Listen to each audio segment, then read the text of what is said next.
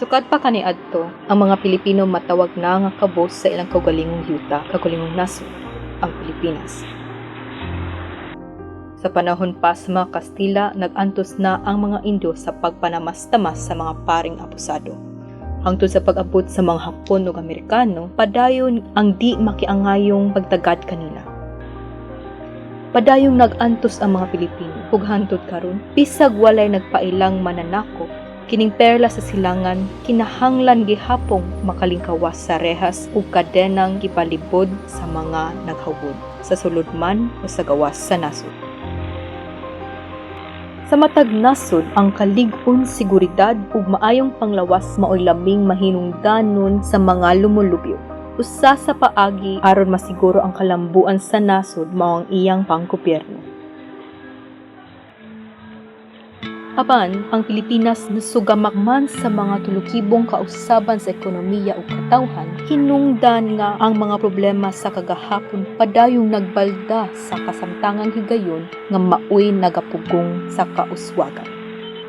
Ingon sila nga ang ekonomiya sa Pilipinas inanay nang miuswag, apan kini makita lamang sa taphaw na pagtan-aw. Kay ang kamatuoran nagpakita nga naglabaw gihapon ang gidaghanon sa mga kabus kaysa sa adunahan.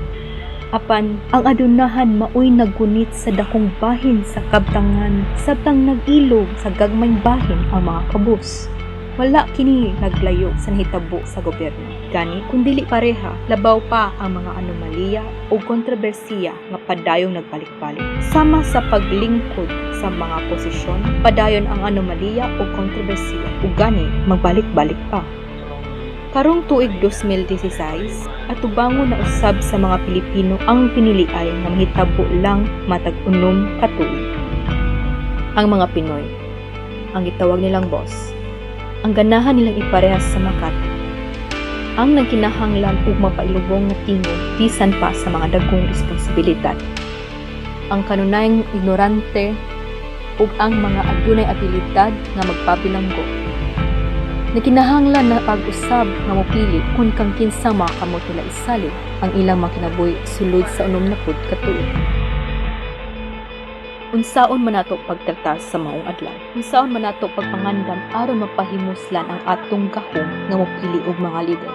Nagkinahanglan nga pagapili unta ang saktong mga desisyon, masinabtanon, tawhanon. Kaya ang pagpili dili lamang alang sa kaugalingon, kundi alang kini sa kadaghanan, alang sa daghang mga Pilipino nga adunay tinud nga gahom ug dili angayan nga hikawan sa iyang mga katungod ug kinabuhi.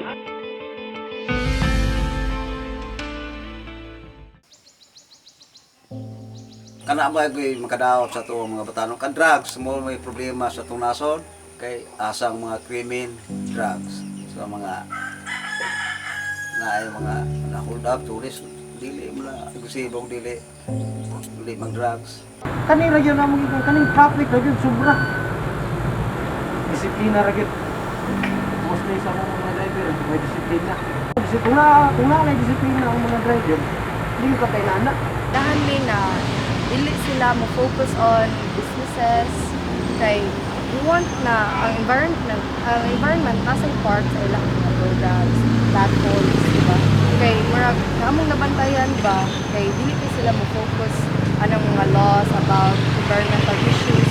Pero kay hindi na pinakailangan kay grabe na kayo ang El Nino. Dapat ang president would start with himself or herself. Okay, once na makita siya sa mga constituents niya na nag-plant mismo, isunod lang. Ita, kalinaw ba? Na, seguridad sa inyong paano mo, sa inyong negosyo, ang lakaw niyo, biyahe ka, itong handok, nabon na involves na inyong tra, andaw na siyang kay, isa na siyang kay, nakaisipin. Our job is difficult as well. We're trying to inform people. Personally, I believe that one of the most important thing in a democracy is to inform the electorate, and we cannot do that without the government's cooperation. And a lot of things that concern the people are within the government. So it's the things that the government does. So the next president should prioritize information as well as other concerns. Another is safety of journalists because the Philippines is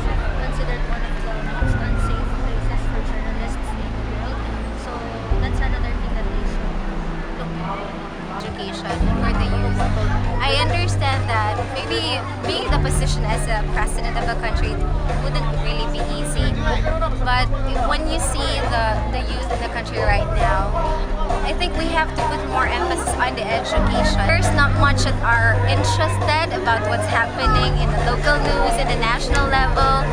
When the government puts more emphasis on education, and teachers will be more empowered as well as the students. And if there will be more doors that will be open for them, more opportunities, then they'll be more interested to take part of what's happening in the community. Ideal qualities of a president: really knowledgeable about the rules in the country. That is very important. Person who's really knows the Filipinos from the roots. Who are the Filipinos? So he or she can well represent us. Someone who can really protect us as a country. Mas mayo siguro sa magano saktong budget ang health sector kay para healthy ang tao. Yeah, it's easier to solve problems when your mind is at their peak efficiency. No matter what they say, public hospitals are not really free. People still have to shed money for that. Free on medications. Health centers in different barangays have no medications on them. So they don't have doctors. Some of them don't even have nurses. Only man by midwife. So this must be addressed. They are still being, not accepted but tolerated in the community or like in Philippine society. Free from discrimination. I know it's a long battle and people recognize that it is a struggle for the LGBT community. Fighting an anti-discrimination bill is really a big step for the LGBT community. Maybe probably by then, if we feel that the society accepts us, or like there's less hostility coming from the society for the LGBT community.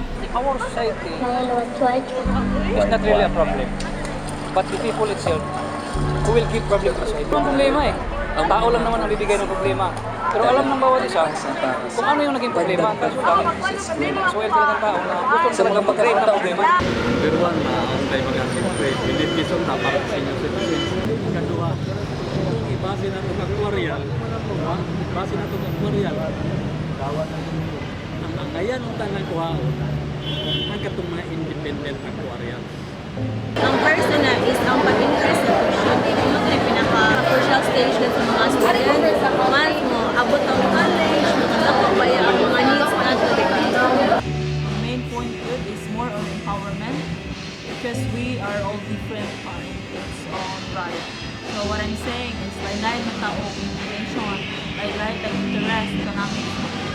So at least naagyo'y common thing na at least it can generate income, or if not, at least any alternative. For example, they have something na sa ilang backyard baron, you know, na instead they will buy something, then they can just get food. The ideal leader that I would like should understand what's the basic needs of man, and at the same time creative and a doer, not a talker. So many talker, very good talker, intellectual, blah blah blah, but they're not really doing it. Kana rin yung pagpugi na mo, kabuno. Una, yung nikan pa na mo kung kanang pumpo, komersyal mo yung mga kinahanglan. Ang mas bayog nun makuha sa presidente, tabangan ang mga kabus. Kaya natinod na tayo yun, tabangan ang mga kabus. Tagaan sa trabaho, isang trabaho, may grado o may grado. Tagaan sa trabaho, kahit ano na may trabaho o na makuha ko may grado. Ang gobyerno na tuloy presidente na tuloy yun siya tabang sa mga puso. Mga tao, tuan, Pilipino. Kaya kasagaran ko sa mga Pilipino, iman. Concerned with the need of the 70% poor people in the Philippines. There should be programs concerning the poor, the out-of-school youth, and the youth who want to go to school and can't afford. Then there should be programs for children. We should have concern for the environment in general. As we know, there is pollution everywhere. programs, there should be limitations in the programs that the government has for these problems in the society. Ang kaming nga nagsalig sa dagat, managat yun mi. Saan man? Ako lang naabag kay kalambuan, ana.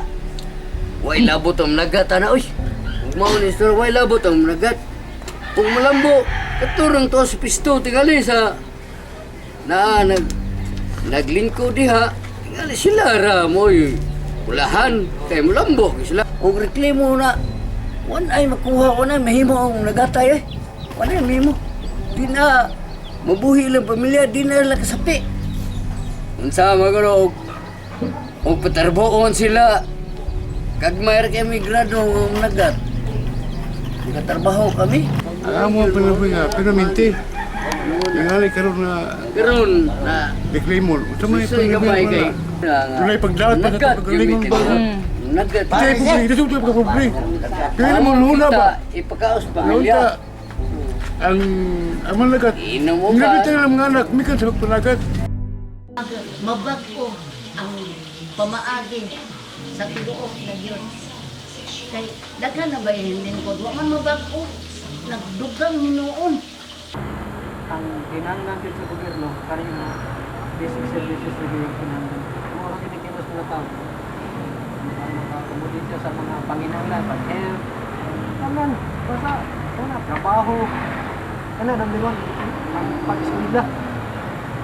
Super na kinakaroon ng kanang mga kuhan ron, negosyo ng kanarong mga kapit. Kung observaran, kanang eskwela ron, negosyo na sa uban. Maaari gina akong observasyon. Hindi na unta kamura ko para step forward ka. The administration, of course, it's appreciated that there's open data and open government.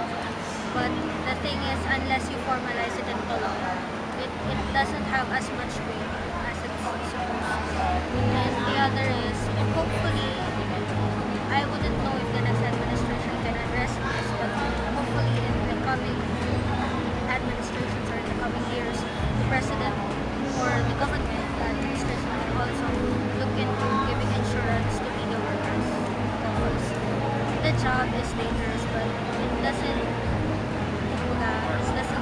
pay as much as the threats that it Dili na mo ang part na mo bayad mo sa tax. Sakit lang na kung ilang ang gigawat. Hayhan nila na, galing ko na sila. Pagpadali na sa kaon mo na ako ng pagpangawat. Pero tingnan mo naman kung asan lagi kuha yung mga nag-iingon nga ang mahirap, lalo mahirap. Ang mayaman, ikaw ko na magbuwad og init dito. Ya, ikaw nga, kapa-aircon ka lang, magbuwad ka ng sandali ng init. Reklamo mong gani ka, umat mo na ikaw ay magpala. Yan, ikaw mangisda ka sa dagat. Sahay, ikaw magbagyo sa mga panahon. Tapos, kung makapagkulit ka, bayad ka. Hindi mo bugang makapanginabuhi. Apart sa country, ang halaga I want peace in our world. A fair country is mga benefits. Wish the next president to be a little bit more patriotic, more support maybe to the health sector, but must not neglect the military since we're one of the weakest in Asia. Let's make our military a little bit healthy siguro. A healthy population with a healthy military, that will be a strong country. Para na ko, ang hinahanap ko na fair ang pagtanaw sa kaning mga tao ba. Pinasa katong mga bus dito. O sa ato sa Cebu, kinahanglan nga ang nato ang beaches nato na nakakasaan na igo sa mabuhay ang ilang pamilya sa kanang bus Cebu. Kani teachers yun, kay na-bless profession baya ang teachers. Kaya sa pagkakaroon ng good, pila na good mi katuig nga wala jud taon mi increase. Unya sad to say nga ang teachers jud pwera lang yun exact sa pipila lang. Puro sa din taon loans. Daghang kami increase kay nagdala pud bigdaghan kay kinabuhi. Nag-umol pud bigdaghan kayong soul